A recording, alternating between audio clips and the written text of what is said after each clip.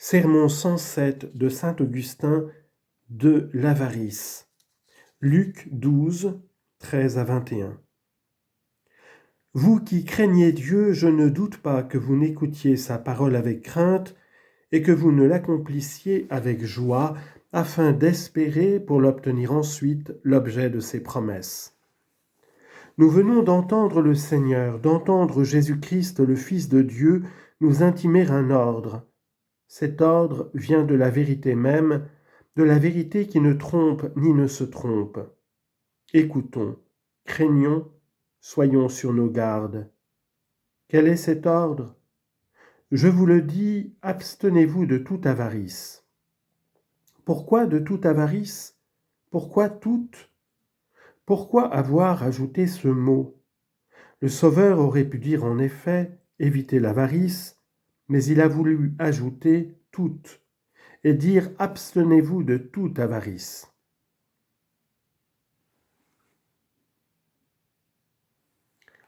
En nous faisant connaître la circonstance qui lui a donné lieu de parler ainsi, le Saint Évangile nous explique pourquoi cette addition.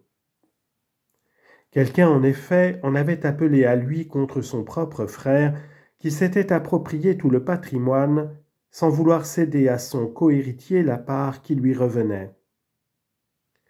Voyez combien était juste la cause de cet appelant. Il ne cherchait pas à usurper le bien d'autrui, il réclamait seulement ce que lui avaient laissé ses parents, et il le réclamait par l'intermédiaire et d'après la sentence du Seigneur lui-même. Son frère était injuste, mais contre l'injustice de ce frère, il invoquait un juge plein de justice. Pour soutenir une cause aussi bonne que la sienne, devait-il ne profiter pas de la présence de ce juge, qui d'ailleurs pourrait inviter son frère à restituer ce qu'il lui devait si le Christ ne le faisait en personne ? Le Christ était-il un juge que puisse corrompre les présents de ce frère enrichi par l'injustice ? Dans le malheur qu'il a dépouillé de l'héritage paternel, cet homme est donc heureux de rencontrer un juge si grand et si intègre. Il s'approche de lui, l'interpelle, le supplie, lui expose en très peu de mots son affaire. Avait-il besoin d'un plaidoyer véritable quand il parlait à celui qui voyait à nu le cœur même ? « Seigneur, dit-il, commandez à mon frère de partager avec moi l'héritage. » Le Seigneur ne répondit pas. « Fais venir ton frère. » Il ne l'envoya pas quérir non plus et ne dit pas à l'appelant « Prouve devant lui la justice de ta plainte. » L'appelant demandait la moitié d'un héritage sur la terre, et le Seigneur lui offrait au ciel un héritage entier. Il lui offrait plus que lui ne demandait. Ordonnez à mon frère de partager avec moi l'héritage. La cause est juste et s'explique en peu de mots. Mais prêtons l'oreille à la voix du juge et du maître. « Homme, dit-il, ô homme, es-tu en effet autre chose qu'un homme, puisque tu fais si grand cas de cet héritage ?» Le Seigneur voulait donc faire de lui plus qu'un homme. Mais que voulait-il faire de lui en cherchant à le délivrer de l'avarice ? Que voulait-il faire de lui ? Le voici, j'ai dit, vous êtes des dieux, vous êtes tous les fils du Très-Haut. Psaume 81, verset 6. Voilà ce qu'il voulait faire de lui. Il voulait le mettre au nombre des dieux en le dépouillant de son avarice. Homme, qui a fait de moi un diviseur entre vous. Son serviteur et son apôtre Paul ne voulaient pas non plus servir de diviseur quand il disait « Je vous conjure, mes frères, de n'avoir tous qu'un même langage et de ne pas souffrir de division parmi vous. » Comme on recourait à son nom pour diviser le Christ, il s'écriait encore « Chacun de vous dit « Moi je suis à Paul, et moi à Apollos, et moi à Képhas, et moi au Christ. » Le Christ est-il divisé ? Est-ce Paul qui a été crucifié pour vous ?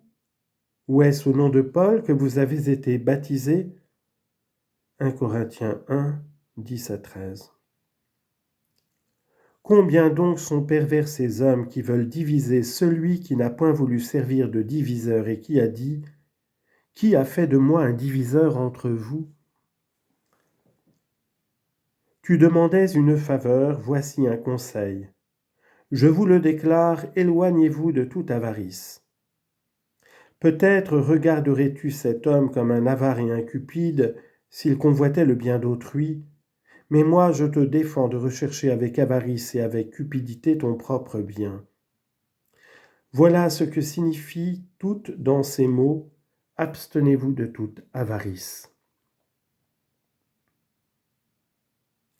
Cette obligation est importante et s'il est des hommes trop faibles pour en soutenir le poids, qu'ils prient celui qui leur impose ce fardeau de vouloir bien leur donner des forces.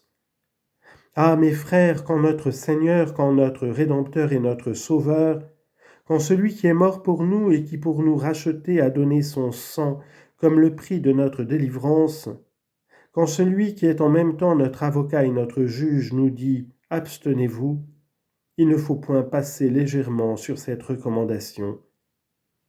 Il sait combien l'avarice est funeste. Nous l'ignorons, nous. Rapportons-nous-en donc à lui. Gardez-vous, dit-il. De quoi? De toute avarice. Mais je me borne à conserver mon bien, je n'usurpe pas le bien d'autrui. Gardez-vous de toute avarice. On n'est pas seulement avare pour prendre le bien d'autrui, on l'est encore pour conserver le sien avec cupidité. Ah, si l'on mérite un tel reproche pour conserver ce bien avec trop d'attachement, quelle condamnation ne mérite pas celui qui enlève le bien d'autrui? Gardez-vous, dit le Seigneur, de toute avarice, car dans l'abondance même, la vie de chacun ne dépend pas de ce qu'il possède. Cet homme amasse beaucoup, mais à ce tas, combien prend-il pour vivre? Qu'il y prenne et qu'il en ôte en quelque sorte par la pensée ce qui lui suffit pour vivre, pour qui sera le reste? Considère bien, car en conservant de quoi vivre, tu pourrais amasser de quoi te donner la mort. Ainsi parle le Christ, ainsi parle la vérité, la sévérité même. Gardez-vous, dit la vérité. Gardez-vous, dit la sévérité. Tu n'aimes pas la vérité, crains la sévérité. Dans l'abondance même, la vie de chacun ne dépend pas de ce qu'il possède. Crois cette parole, elle ne te trompe point. Diras-tu au contraire que dans l'abondance, la vie de chacun dépend de ce qu'il a? Tu te trompes sûrement, car le Christ ne te trompe point. Voilà donc l'occasion qui a fait exprimer au Sauveur cette sentence.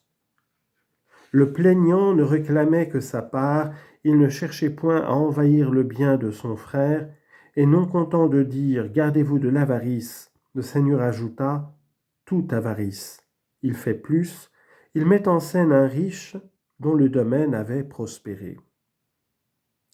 Il y avait, dit-il, un homme riche dont le domaine avait prospéré. Qu'est-ce à dire avait prospéré? Le domaine qu'il possédait avait produit des fruits en abondance et en telle abondance qu'il ne savait où les mettre.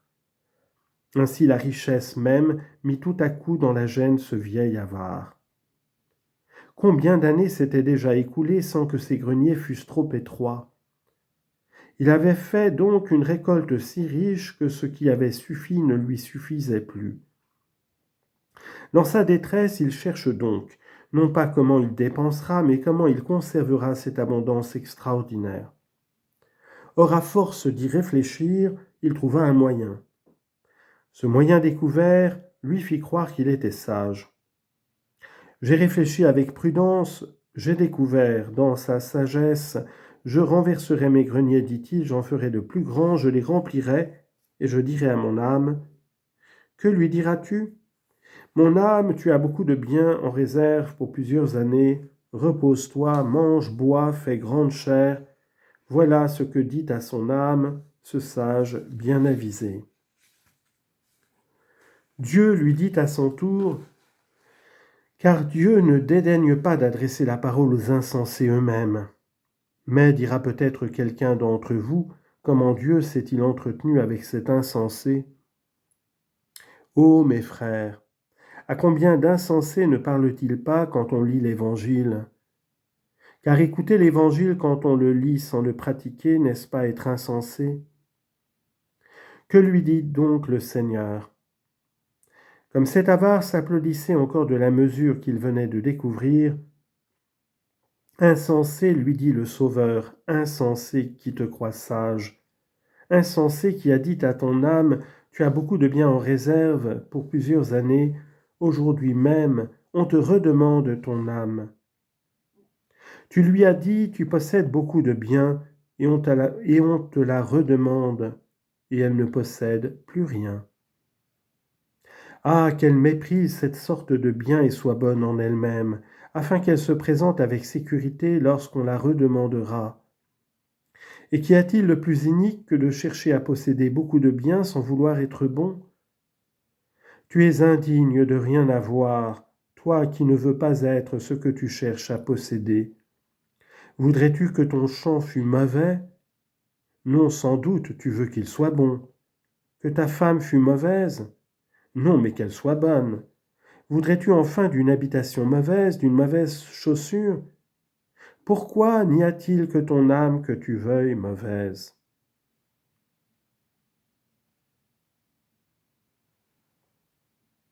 À cet insensé occupé de vains projets et construisant des greniers sans faire attention aux besoins des pauvres, le Sauveur ne dit point « Ton âme aujourd'hui sera entraînée dans l'enfer ». Il ne dit pas même cela, mais « On te la redemande ». Je ne te fais pas connaître où elle ira, je te dis seulement que bon gré malgré toi, elle quittera ces lieux où tu tiens pour elle tant de biens en réserve. Comment, ô insensé, as-tu songé à renouveler et à agrandir tes greniers? Ne savais-tu que faire de tes récoltes?